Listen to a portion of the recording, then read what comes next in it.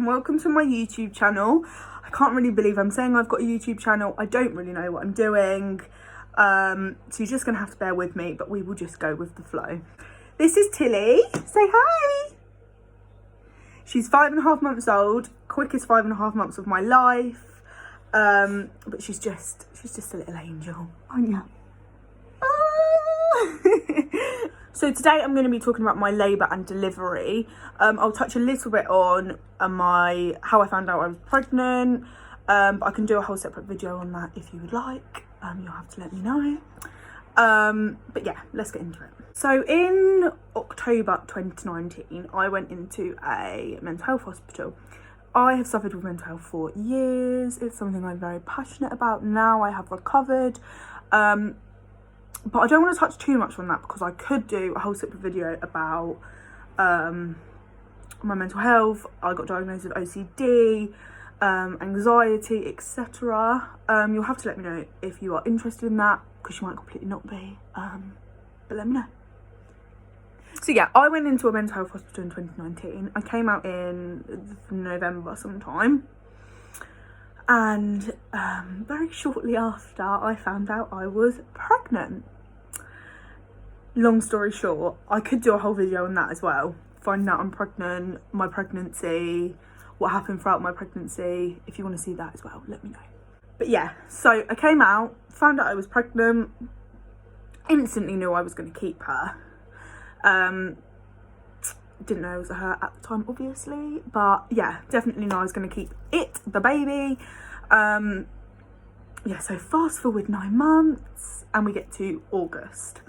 Now, all through my pregnancy, everything was okay for most of it. When we got to August, I had a growth scan because my bump was measuring a little bit too big. Let me tell you, it felt like it was too big, but yeah, so it felt like it was too big, and then, so I had to have a growth scan. Now, they said to me, yeah, she is a bit too big. And then they said, no, she's not, she's all right. So I went home and I was like, is she too big? Isn't she? Who knows? So anyway, Lisa Quinn, Millie Quinn's mum, if you know them, she's like my second mum. And she basically said, let's book you a midwife appointment and have another scan. So I had another scan 2 weeks later and they basically said, oh, she's measuring a little bit smaller now. My anxiety went through the roof. I was like, I just want this baby out now. At this point, I was 37 weeks and I was like, I've had enough. So a few days after, they were like, we'll scan you again in 2 weeks' time because you have to wait a 2-week gap. So I said, okay. A couple of days later, I went in for reduced movements and she wasn't moving and I was feeling her a little bit. Her heartbeat was all okay, but I still wasn't feeling her, so they suggested I stay in for the night. The next morning, everything was okay, so I went home. However, the doctor came round, saw me and suggested I have an induction because she's too big, she's too small. Now the reduced movements, and by this point I was 37 weeks and they suggested inducing me at 38 weeks and 1 day. So I said, okay, yeah, if that's what's recommended, I kind of just do when I'm out now. So I went for it. So I went in on the Tuesday, which would have been the 11th. So I went in on the Tuesday at 10 AM, started the induction. So they put the pessary up, which is basically just hormones. They put that in me and that takes 24 hours. Because of COVID, Reese was only allowed to visit me 2 till 4, which wasn't great. I'm a very anxious person, you know, being on my own, in hospital, being induced, on your own, it's not great. But, you know, you do it, you have to, it's fine. So anyway, he came to visit me 2 till 4, he brought me loads of snacks, it was fine. I spent most of my time watching Netflix, watching series, you know, that sort of stuff. Before I knew it, it was the morning, Wednesday morning. Now, Wednesday morning, they monitored me and her heartbeat was going a bit up and down. So that wasn't great. The doctor said, you know, it's okay, it's not going down too much, but we're going to examine you. The 24 hours had been up. We're going to examine you and see if you are dilated. I was about 1 centimetre dilated, which preferably they like you to be 2 to be able to pop your waters, in order to send you into labour, if you may say. So anyway, I was like, oh God, I was bouncing on my ball, I was walking around the ward, I was like, I am not sitting down, I am getting this baby out, get her out. So anyway, Reese comes at 2 o'clock, we walk around the hospital. Oh, I forgot to say, they gave me the next bit, which is a 6-hour gel. So you have a pessary, which is 24 hours, and then you can have 3 sets of gels, which are each 6 hours long. So you can have 3 sets of them. By then, you hopefully would be in labour. Anyway, I had the gel, so they put that up. Yeah, so by about 5 p.m, that was going to be up and they were going to examine me again. By the way, some people say examining's fine. I personally found it quite uncomfortable. So having to go through that on my own, not knowing what to expect without Reese in a pandemic, isn't the best, but it's got to be done. So yeah, me and Reese walked around the hospital. I was like, I'm not sitting down. By this point, it was 2 p.m. and I was having some mild contractions, and we walked around the hospital, because walking is meant to like simulate the labour, it's meant to make the baby's head move down. So I was like, I'm not sitting down, I am bouncing on this ball, I'm walking around this hospital. And by the time 4 o'clock came about, me and Reese were walking around the hospital, and I was having to stop because my contractions were getting a lot stronger now.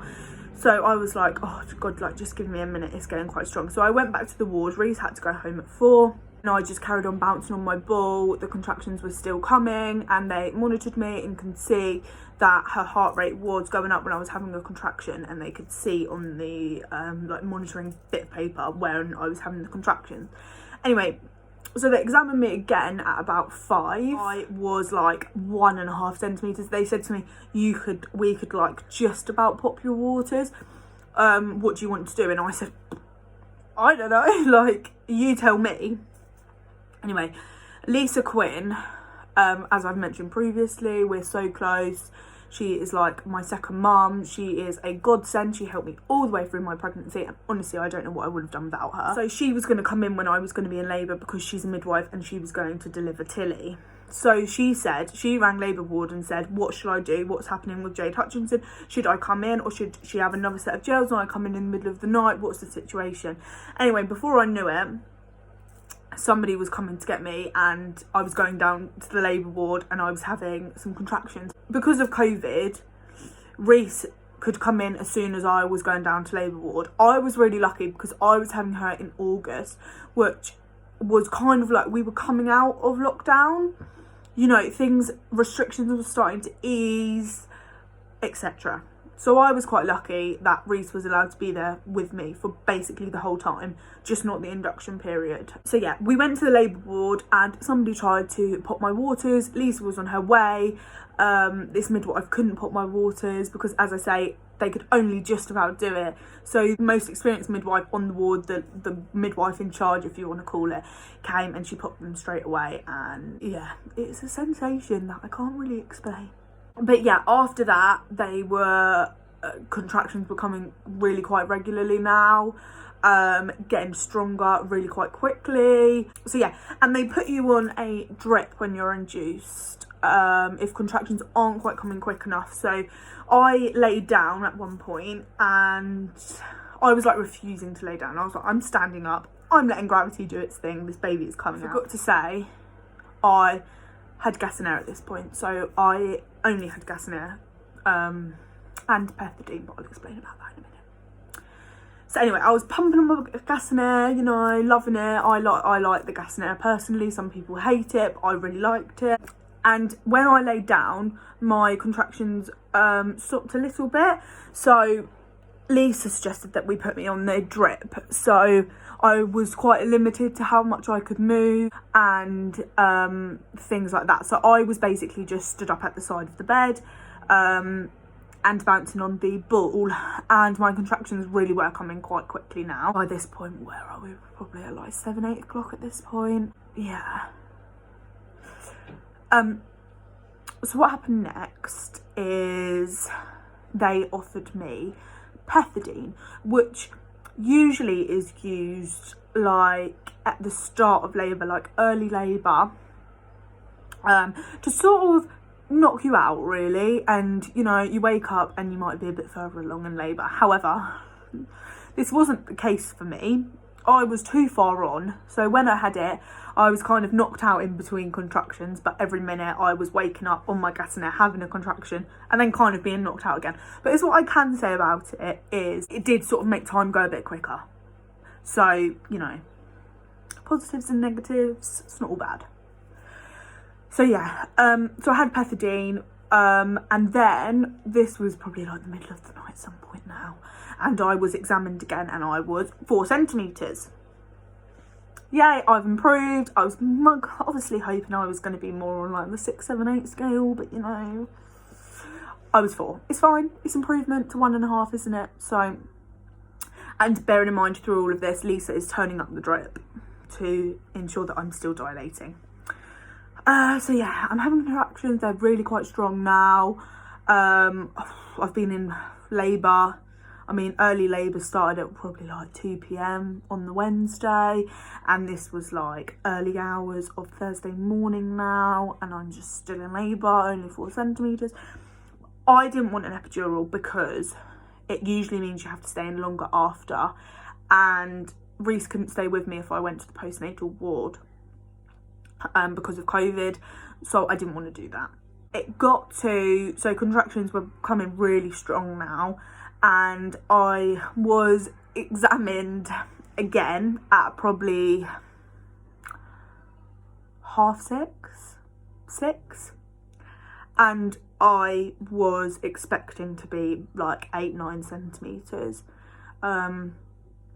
considering I'd been in labour for quite a while.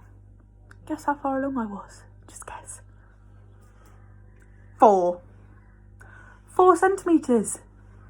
I can't even talk about it. To this day, I can't even talk about it. I was like, are you joking? I didn't know what to say. I have been in labour for over 12 hours and I'm 4 centimetres. And bearing in mind, the contractions were like so strong now. Like, I thought I'm gonna die. Like, I don't know what else I can do. So anyway, fast forward, it was about 7 o'clock. I was crying. I was like, give me an epidural, give me something. I don't know what to do.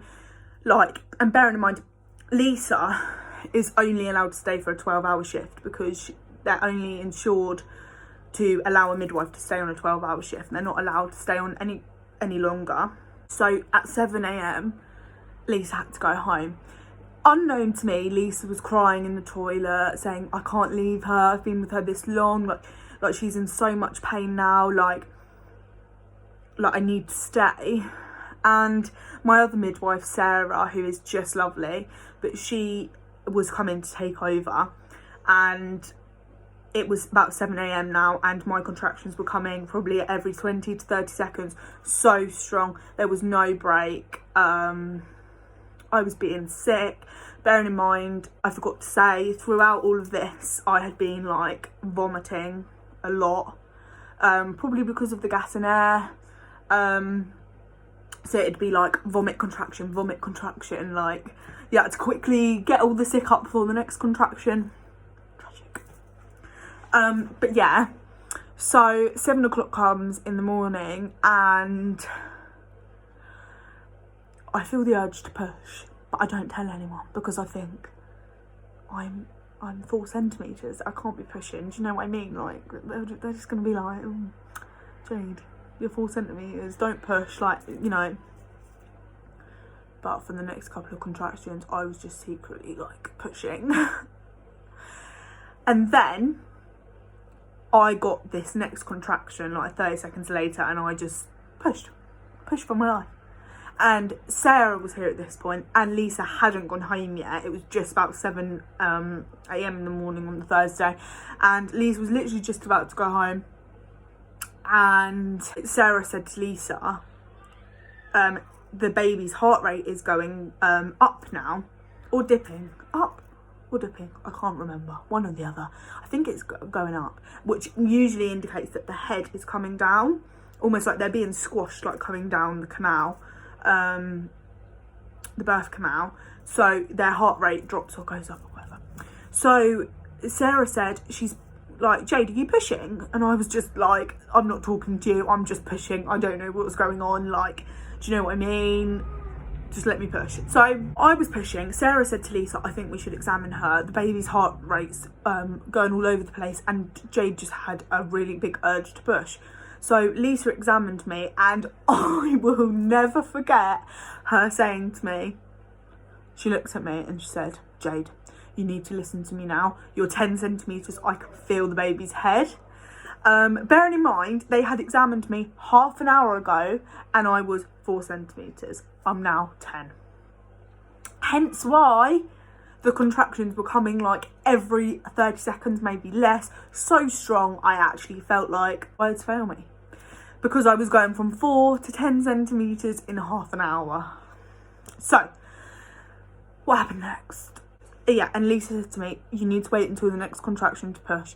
So I said, I don't know when the next contraction is. Like, I just feel, when you're pushing, in my opinion, the pain is constant. Like, you know, you get a little bit of a break between the contractions. That's the only positive thing I can say about it.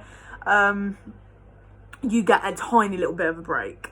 With the pushing, it just is one big pain. I'm like, how am I meant to know if I'm having a contraction when my whole body, it just feels like, I don't even know. So, anyway, I just get this urge to push. I can't even tell you what it feels like.